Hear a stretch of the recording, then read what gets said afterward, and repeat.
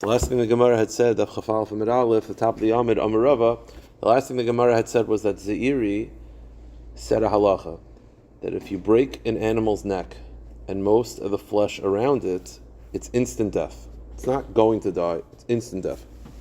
Doesn't matter whether the animal's flapping around still, it's instant death. So, the Gemara Kasha, which is, so how do you do Malika?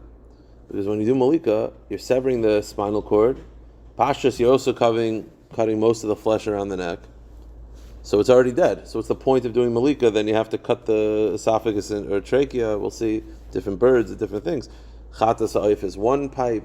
Oila sa'if, because you have to do Avdallah. It's both pipes. What's the point? The animal's already dead. So we said yesterday, is according to Zeiri, you have to sever the spinal cord without cutting Roiv Basar. So the animal's still technically living for a short period of time. Then you cut the pipes. Then you cut Roiv Basar. That's what we said yesterday. So the Gemara says that the same concept, it quotes it from other opinions. Ki salag Rav Zera, when Rav Zera went to Eretz Yisrael, Eshchel Rav Ami, Diyasiv, Kamala Hashmaita. He met Rav Ami, who was sitting and he was saying this teaching of Ziri. And Amar Lei, Mamish is back and forth. That Ziri asked Rav Ami, so then what's the point of doing Malika if the animal's already dead? Rav Ami was confused for a second. He thought, you have to do Malika by cutting the spine without cutting Roiv Basar. That's what we said yesterday. The Braisa also similarly states, Keitzad Molkin Chata Sa'if. Now the main difference between a Chata Sa'if and a Oila Sa'if is the Chata Sa'if you just cut one pipe. Oila Sa'if you have to cut both pipes. Because Oila Sa'if, there's a mitzvah of Havdalah. Havdalah means to completely separate the head. Now it's not completely separated, it's still attached by flesh, but you have to cut both pipes. Chatas Adarabah is an Isser of Havdalah, so you only do one pipe. So the Braisa says, Keitzan Molk and Chata Sa'if. How do you perform Malika on a Chata Sa'if? So Chaytich Shedra Umafakes Beloy Roiv Basar.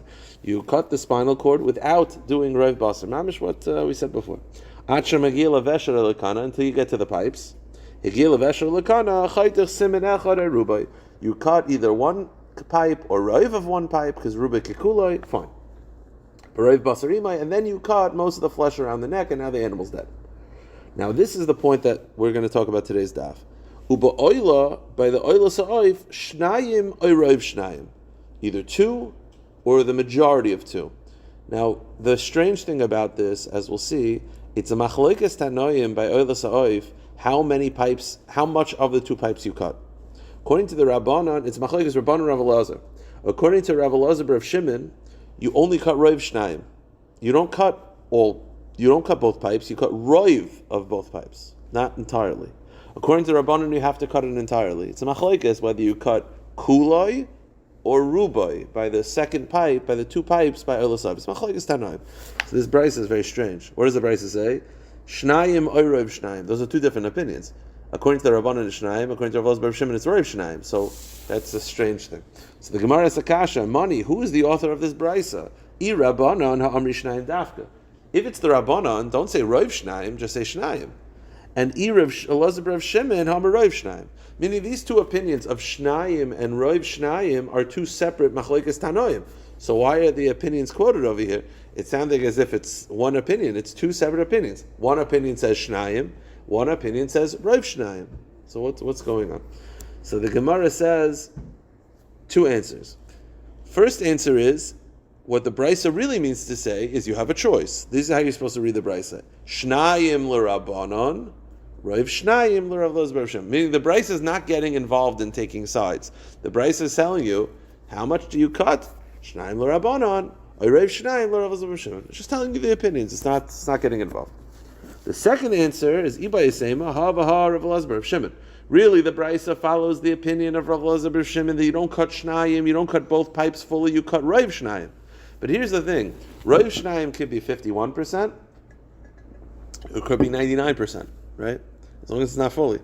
What the Brisa means to say is it's better to cut like 80%, 90%, which is not just Roiv, but like a clear Roiv. But Roiv Shnayim, if you just do 51%, you're also Yaitz Zayin. So when the Brisa says Shnayim or Roiv Shnayim, it really means Roiv Shnayim. So what's the two options? Either like a strong majority, or just 51%. Ideally, you cut, 80%, 90%, whatever, where it's clear that you cut the majority of the two pipes. But if you just cut 51% of the two pipes, it's also fine. Where the pipes sitting together, Like this. You're always going to do fully the first one to get Pashtos, I think you would always do the full, yeah. Unless, they're moving things around, I don't know, but Pashtos, yeah, you're going through the first to the second. Sometimes you can't do both, cut both. Why can't you cut both by Ola? Would it alter it? Or make it not usable? Well, it's just, we're going to see. It could be there's an isser of cutting more than you have to. According to Rabbi Shimon, you're not supposed to cut both. You're supposed to cut roiv of both. It's based on sukkah. So the Gemara says, "Ibay say mahava har of Elazar of Shimon, umay shnayim shedoimin l'shnayim." Good. Amar Rav Yehuda Amar Shmuel. Nishbara. This next Gemara I'm going to do fairly quickly because it's really kind of gross. Nishbara mafrekes v'roiv basar ima. If a human breaks his neck and most of the flesh around his neck is severed, the halacha is mitama ba'oil. It's instant death, meaning even if the person is, God forbid, still moving, whatever it is, instant death, and he's mitama ba'oil, meaning that mamish like a dead body. Now the Gemara is a kasha, so according to this, to kill a person, you have to sever the spinal cord and cut most of the flesh around the neck. The problem is, the Gemara is a kasha, Eli, the famous Eli Kohen Gadol with Shmuel, he was told that the Plishtim killed his sons and took the Aron, right? And what does the pasuk say? He fell backwards, broke his neck, and instant die. Now he didn't cut the flesh around his neck; he just broke his neck. So you're telling me, and it was instant death. So you're telling me instant death is breaking the neck and roiv basar. Eli, it was just the neck. It wasn't roiv basar. So do you have to cut roiv basar to have instant death? Okay. So the Gemara responds that Eli was very old. That's why. Normally you need breaking the neck and roiv basar. Eli was an older person. For an older person, breaking the neck will do it. But for most people, you would need more than that. Okay. Says the Gemara of Im Taimar Oisem Eli, and if you're going to be bothered by the story of Eli, which is Mafrekis Beloy roiv basar Hava, Eli, it broke his neck. But he did not have most of the flesh around his neck severed. And yet he died instantly. The answer is Zikna Shani. Eli was older. When you're older, things are a little different. The Chsiv, as the pasuk says, "Vayihi kazkiris Aron elikim." When Eli heard that the Aron was captured by the Plishtim, vayibol me'al kisah haranis, he fell backwards from his chair. Bar yad ashar v'tishaber mafrakzoi, his neck broke. Vayomos, and instant death. Ki zoke in ha'ish ukvar, because he was older. So the implication being that the only reason why he was instant death was because he was older. Zakim Maravaiter, Amar Rav Shmuel Bar Nachmani Rav Yana. I'm going to do this very quickly. Karu badog, if God forbid a person is cut open like a fish, his back is cut open. So, side effect was weird. So if he cuts open like that, it's matama ba'oil. It's instant death. Instant death. Again, it doesn't matter whether the person seems dead or it's instant death. Amr Rav Shmuel Bar Yitzchak Umegabe. This is where he's cut open on the back. Amr Shmuel Asa Gistra. Let's say you cut an animal in half. The halacha is nevela, instant death. Again, it doesn't matter whether it's moving or not. It's instant death if you cut the animal in half. Amr Rav Elazar Nital Hiyarach v'Chalal Shala Nikar. Huh? Just like down the, like people dress up as a horse, the top and the bottom. Like that. So the Gemara says, "Nitl hayerech v'chalal shelo nikar." If the thigh of the animal is removed, yeah, and the part of the thigh that's removed is clear, so the cavity is also missing. Whatever this means, the halach is nevela. The animal is it's dead. Hechi dami chalal shelo nikar. What are we talking about? Amarava kolsha rabutza v'nir chaser. If the animal were to sit down and you would notice that it's missing its thigh, that animal is dead. Okay. Now, when it comes to Oilas Ha'oif, we said it's a machlokes whether you cut roiv shnayim or shnayim. So the Gemara says like this. The Mishnah says, Tanan Hasam is a Mishnah regarding the Shmona Shratzim. Shmona Shratzim are the 8 lizards and creepy crawlies that are metama when they're dead. So when they're dead, they're metama. So you have to know, what does death mean? Now these are, these also, they're not like beetles. Like they're actually lizards. They have a windpipe and a esophagus. They have pipes as well. So says the Mishnah, when is it considered dead for these animals? Hutsu rashehen, when their heads are cut off. What this means is the 2 pipes are severed. It doesn't actually mean completely cut off. When the 2 pipes are severed, that's death. Aval pishim mefarchasin, even though they're still jerking around and moving, tameim, they're considered dead.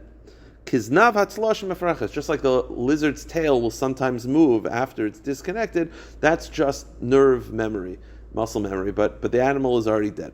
So if you cut off the head, it's dead. So the question is that shnayim or roiv shnayim? Meaning, is it shnayim and it has the same rule as an oilas ha'oif according to the Rabbanon that if you cut shnayim then it's dead? Or is it saying roiv shnayim? It's just saying that if you cut both pipes, it's dead. The question is it shnayim is death or roiv shnayim?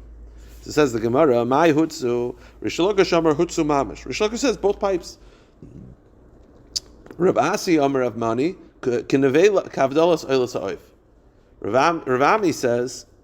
Asi Amar Rav Mani says that the first opinion of Rish Lakish is that it's the two pipes. He says it's like the Oilas Ha'oif. Now, what does that mean? Again, Oilas Ha'oif has two opinions. If Oilas Ha'oif has two pipes, then he's not disagreeing with Rish Lakish. Rish Lakish said two pipes, he said two pipes. If you hold that Oilas Ha'oif is roiv shnayim, then there's a machlokes. Rish Lakish says you cut both pipes, the sheretz is dead, and to that Rav Mani says no, roiv shnayim, the sheretz is dead. So this shaila of what he meant would really depend on how he holds by Oilas Ha'oif. Amrli Rav Yirmiyah Rav Asi speaks it out. When Rav Mani, again, Rish Lakish says that the shrotzim are dead when you cut shnayim. Comes Rav Mani and he says like Oilas Ha'oif. What does that mean? Kavdol Saif l'Rabbanan, does Rav Mani hold like the Rabbanan that Oil Saif is also Shnayim, in which case Lei Palgitu, there's no machlokes. Rish Lakish said two, he said two, they just had different terminology. Oidilma can nevet Kavdolas Oil Saif l'Ravolos B'Rav Shemen uPalgitu. Or perhaps no. The Tanakama, Rish Lakish says two, and he's saying like Oil Saif because he holds like Ravolos B'Rav Shemen that it's Roiv Shnayim. So it's a machlokes, it's Shnayim or Roiv Shnayim, it's a machlokes.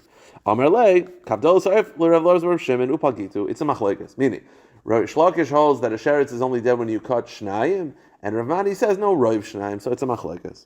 And Ikad Amri, some have a different version of the back and forth. Rish Lakish Amar hutsu mamish, two pipes.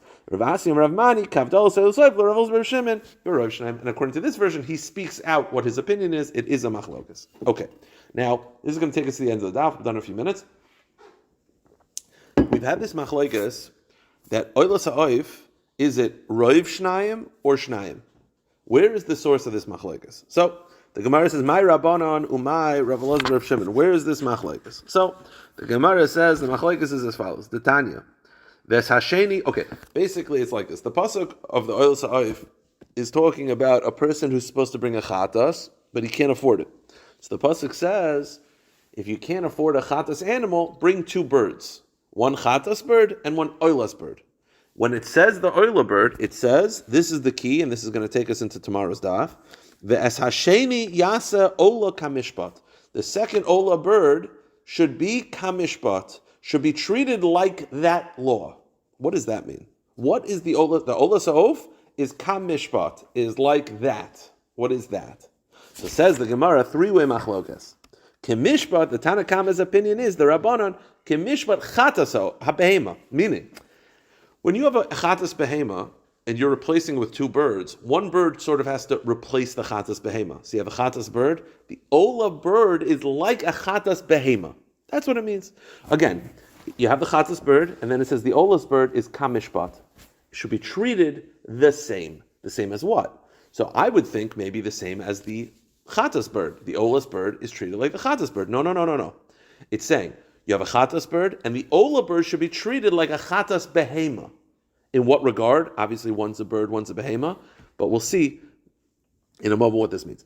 Ata omer kimish chatas behema, o ein ela kimish chatas ha'of. Maybe the pasuk means that the ola ha'of should be treated the same as the chatas ha'of. And by the way, I've been told you this whole time that they're not the same. Chatas ha'of is one pipe, ola ha'of is two pipes. Maybe that's not true. Maybe the ola ha'of and the chatas ha'of should be treated the same because it says kamishpat. The answer is kishuamer vehikrivai. Vehikrivai means that the ola ha'of is brought differently than the chatas ha'of. Vehikrivai tells me they're not the same. So once I know they're not the same, the chatas ha'of and the ola ha'of are not going to be treated the same. So what does it mean, kamishpat? It means kimishpat chatas behema. What does it mean? Kicholak hakasim in chatas ha'of l'ola ha'of. The hikrivo tells me that they're not brought in the same way. The chatas ha'of and the ola ha'of are treated differently. One's one pipe, one's two pipes. Perfect. So what does it mean, kamishpat? Umani mekayim kamishpat chatas behema. What the Tanakam is telling me is that the ola ha'of is like a chatas behema. In what regard? So says the Gemara, in the following regard. Ma chatas behema eina ba, go to the next page, elamina chulin, just like the chatas behema is only brought from chulin, meaning you can't use meiser money on the chatas behema. Ubayoim, and it's brought during the day. Ubayodei amanis, and the avoda is done with the right hand of the kohen, with the chatas behema. Af olas ha'of, so too it is the olas ha'of, eina bal min chulin. It has to be brought from chulin, not from meiser money. Ubayom, the avoda has to be done during the day. Ubayodei amanis, and the malika must be done in the right hand. Okay, so far no indication about the amount of pipes. Now, the Brisa continues. Now, if you're telling me like this, Ola Sa'of is treated like the Chatas Behema. How many of the pipes do you have to cut by the Chatas Behema? Roiv Shnayim. But Roiv Shnayim. Animals are always Roiv Shnayim. You never have to do full Shnayim. So the Chatas Behema is Roiv Shnayim. So if you'd stop right here, I would say Ola Sa'of is also Roiv Shnayim. Says the Brisa, Malalan Barov Shnayim, Afkan Barov Shnayim. Just when it comes to the Chatas Behema, it's the majority of two pipes. Maybe over here it's also the majority of two pipes, i.e., this is the Rabbanan that's their source, that it has to be both pipes fully. Because I might think if it's like the Chatas Behema is Roiv, so to over here it's Roiv. Talmud Umolak v'hiktir. The pasuk says you do malika and then you burn the head. Just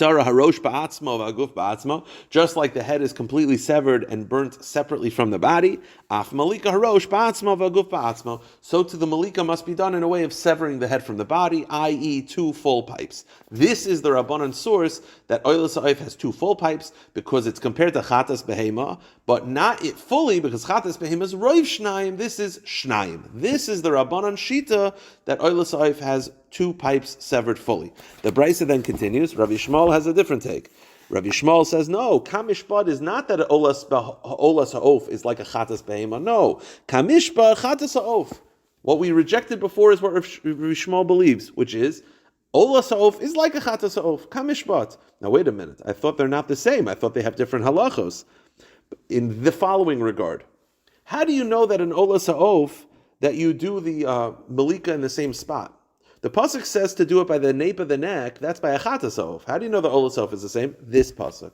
So when it says kamishpat, it's not telling me it's like a behema, and it's not telling me roiv shnayim or shnayim. It's nothing to do with that. It's purely telling me just like the chatasov, the malika is done on the back and the neck. So to the olasov, the malika is done on the back of the neck. No shaykhs to anything else. That's a very good question. You're asking, how does Rabbi Shmuel know roiv shnayim? So I think Taisus talks about there are other sources that he does play with, but the Gemara doesn't quote over here. But it's a good question. So the Gemara says, "Ma chatasov mul arif, af oilasayf mul arif." Good. So you have the Tanakama who says it's full shnayim because the oilasayf is treated like a chatas behema, and then you have Rabbi Shmuel, and now you have the last opinion, which we'll end with, which is I'm sorry, but we have to continue a little bit right with Rabbi Shmuel, and then we'll get to the last opinion. Oh,